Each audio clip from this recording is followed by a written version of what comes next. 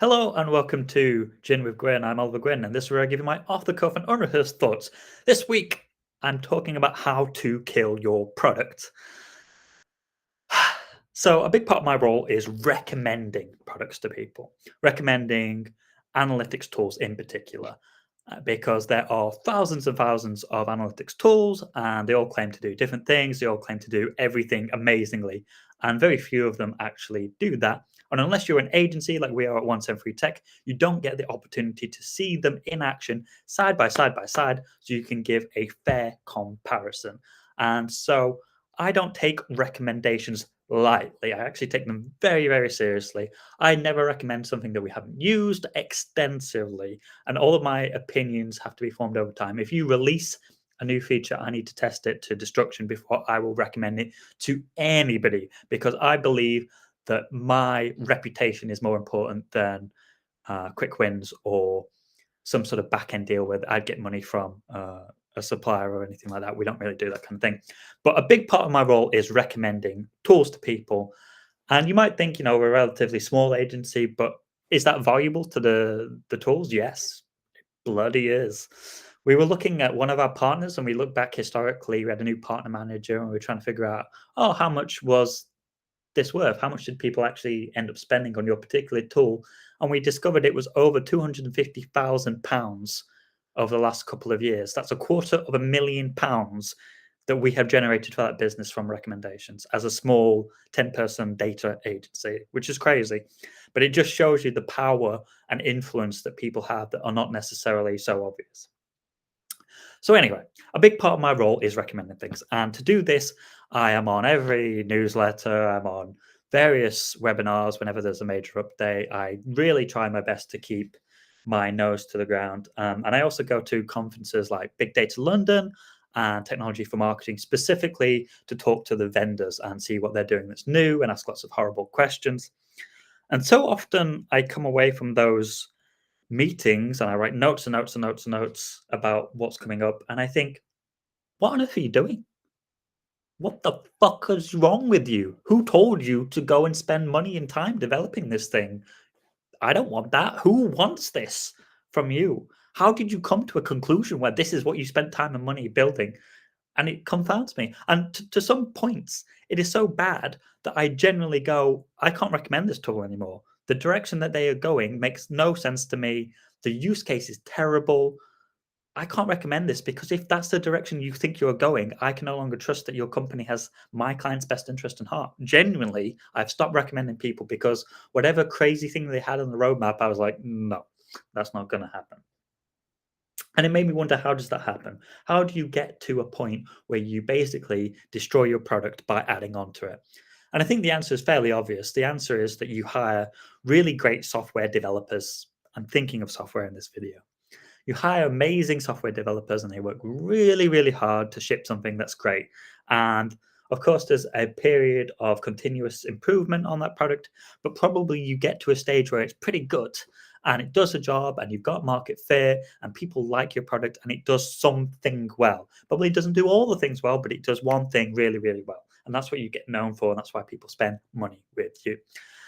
And then one day, that doesn't need to be developed so much anymore, but you've got these really great developers in house and you don't want to fire them because maybe you need some of them. Maybe something's going to come around the corner that will change things.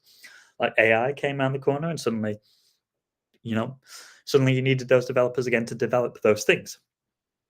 But what seems to happen is that those developers get bored or they're an expensive asset that is sitting around not really doing anything, not really providing value at any case. And so they start to suggest features because it's in their best interest to keep themselves into a job. And these features do not seem to be aligned with the core of the product. And so the features that they ship are shit and they make absolutely no sense to anyone. And they actually hurt the product more than they help it. I have got some examples for you. So, Bumble, my boss, Ken Sren, used to be head of analytics for Bumble. They launched Bumble for Business. Why? Who wants that? Who is like, gosh, I really want a platform that I can date people and do business conversations with them. No, no. Why? Don't do that. And then more recently with Bumble, they added a thing where you can compliment a girl on her picture if you're a man. And the whole bugging thing with Bumble is that women have to message first. So it's better for men in a way that you're not messaging thousands of people and constantly getting rejection. So I was like, that's a dumb idea. Don't do that.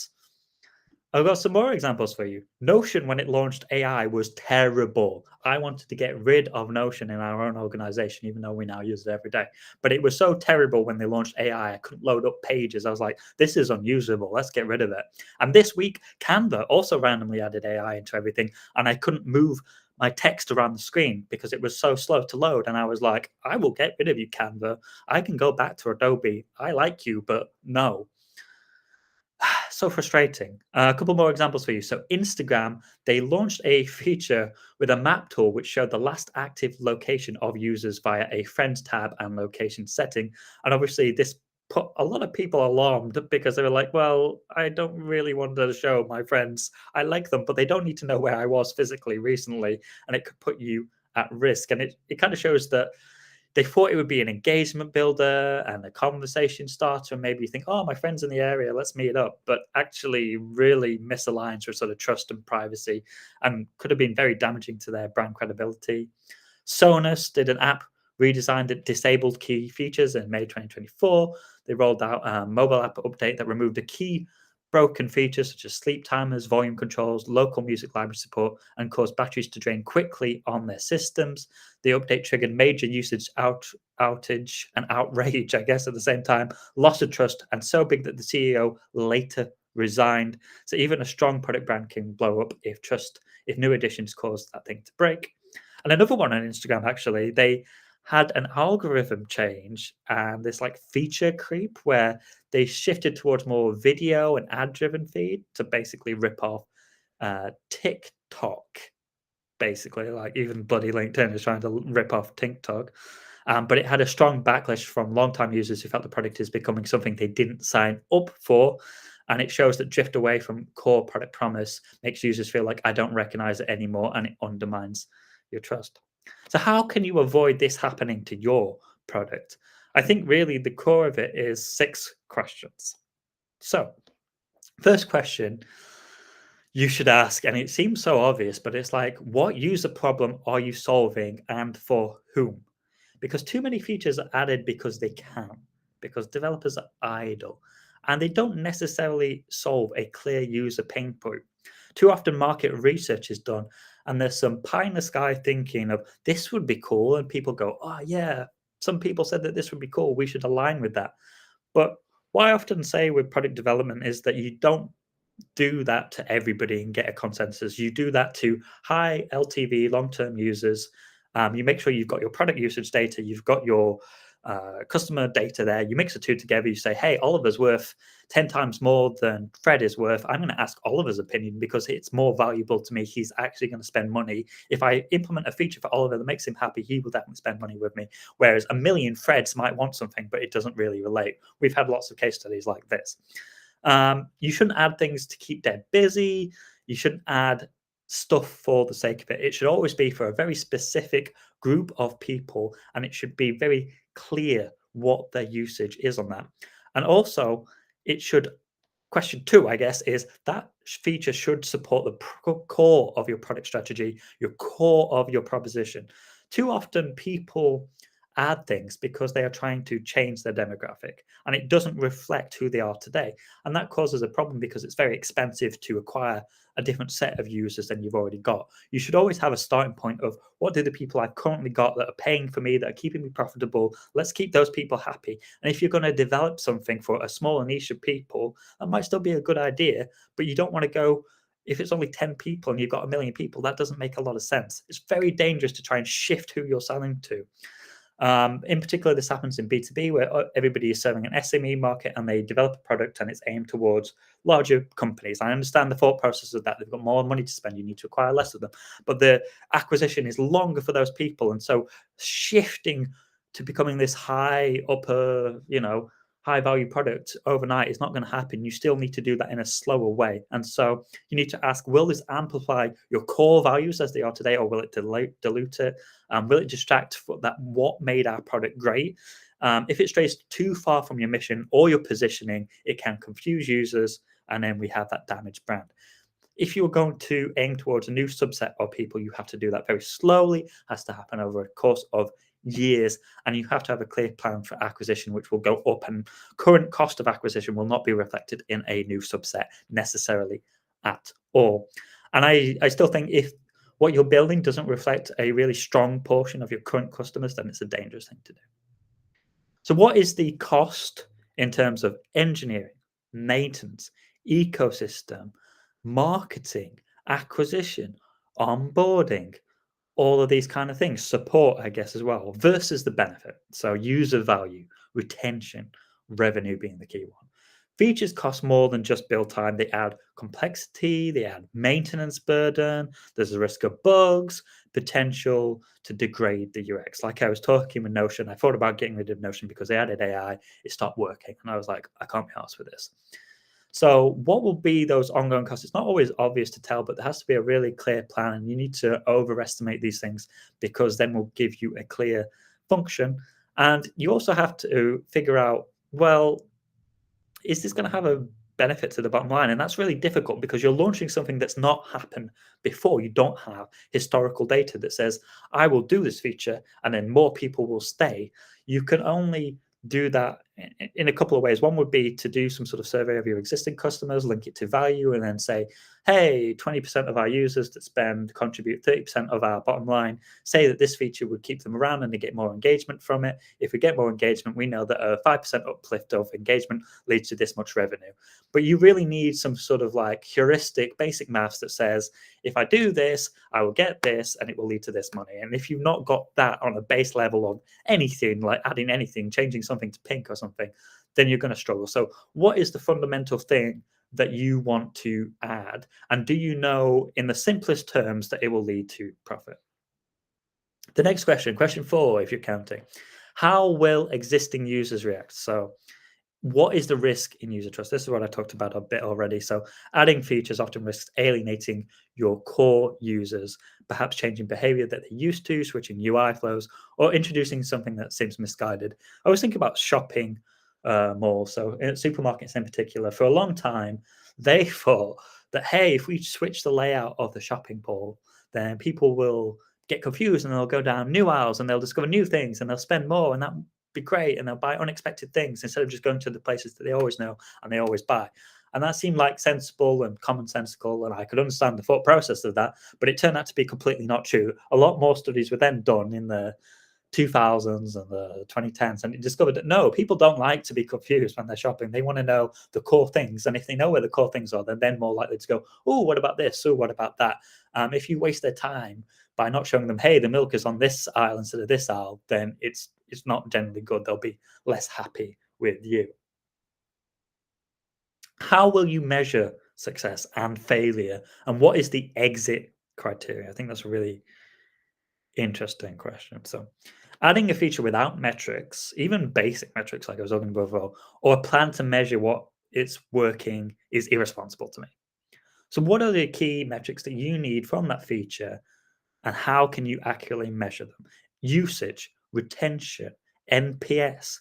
How will you know it's successful? Too often, people have some way of measuring user behavior, and it can be mixed panel or segment or amplitude or any of these tools that are great for tracking usage. On your product. They're really good for that.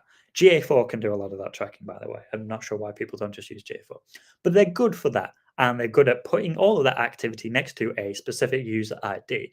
And as I said, what they don't do necessarily is then feed that into a wider ecosystem. So they don't add value, or the value that I've seen in terms of these tools like Klaviyo is crap. It's just like, I don't know where they're coming up with those numbers for. It's not good. A product that they should get rid of, maybe. But if you've not got user value that's normally sitting in a separate system, you need to put that into one place in your data warehouse, basically. And the other thing is also they don't have marketing costs often. The marketing costs aren't necessarily there, not on a one-to-one user level. There's often a layer of fuzziness there. And you also don't necessarily have billing information. So, you know, how often did you try and charge this person and it was cancelled? How often does this person pay and then get returns? All of these kind of things have an impact on profit, but they're sitting in silos. And so you really need to get those things into one platform, where you can understand a holistic picture of your customer journey. Loyalty Line is a really interesting product because it just basically gives you points for how much pounds you're spending. But I was like, that's crap. I want to know how much did it cost to me to get Emily. If Emily cost 20 quid and then she spends £19, I've made a loss. But most people don't understand that. They understand Emily came to our website 50 times. She's going to be a high interest person. I should then give her a discount. But actually, you've not made any money from her because her cost of acquisition is higher than me. And so you really need to start blending that data together to get this holistic picture so you can understand your customers at a one-to-one basis, but at scale. And last question is the timing right? Are we sufficiently aligned internally and externally with the market? Even good ideas can backfire if time is off or if the internal alignment is missing. Though we built it, now we need something else to build. It's not good, basically. It often leads to rushed, poorly scoped features that are no good. Everybody rushed to do AI, and not everybody did AI well. Even today, a lot of people are not doing AI well. So, are you sure that there's a market and user environment is ready for the future? Do you have internal alignment from product, engineering, marketing, and support? It's no good rolling out a new feature if you don't have somebody to support it, if you can't get support for the feature. And so people are going to be like, I don't know how to use this. Can you help me? Are you diverting effort from core maintenance or stability issues? Because if the product doesn't work and this is a nice shiny distraction, that's crap. You will fail, basically. Rushing features can create big problems, e.g., the Osborne effect, which is like feature creep issues. And so this has been my rant about how not to launch features and how new features can actually break fundamentally your product. I hope this was useful and interesting, and tune in next week for another Gin with Gwynne.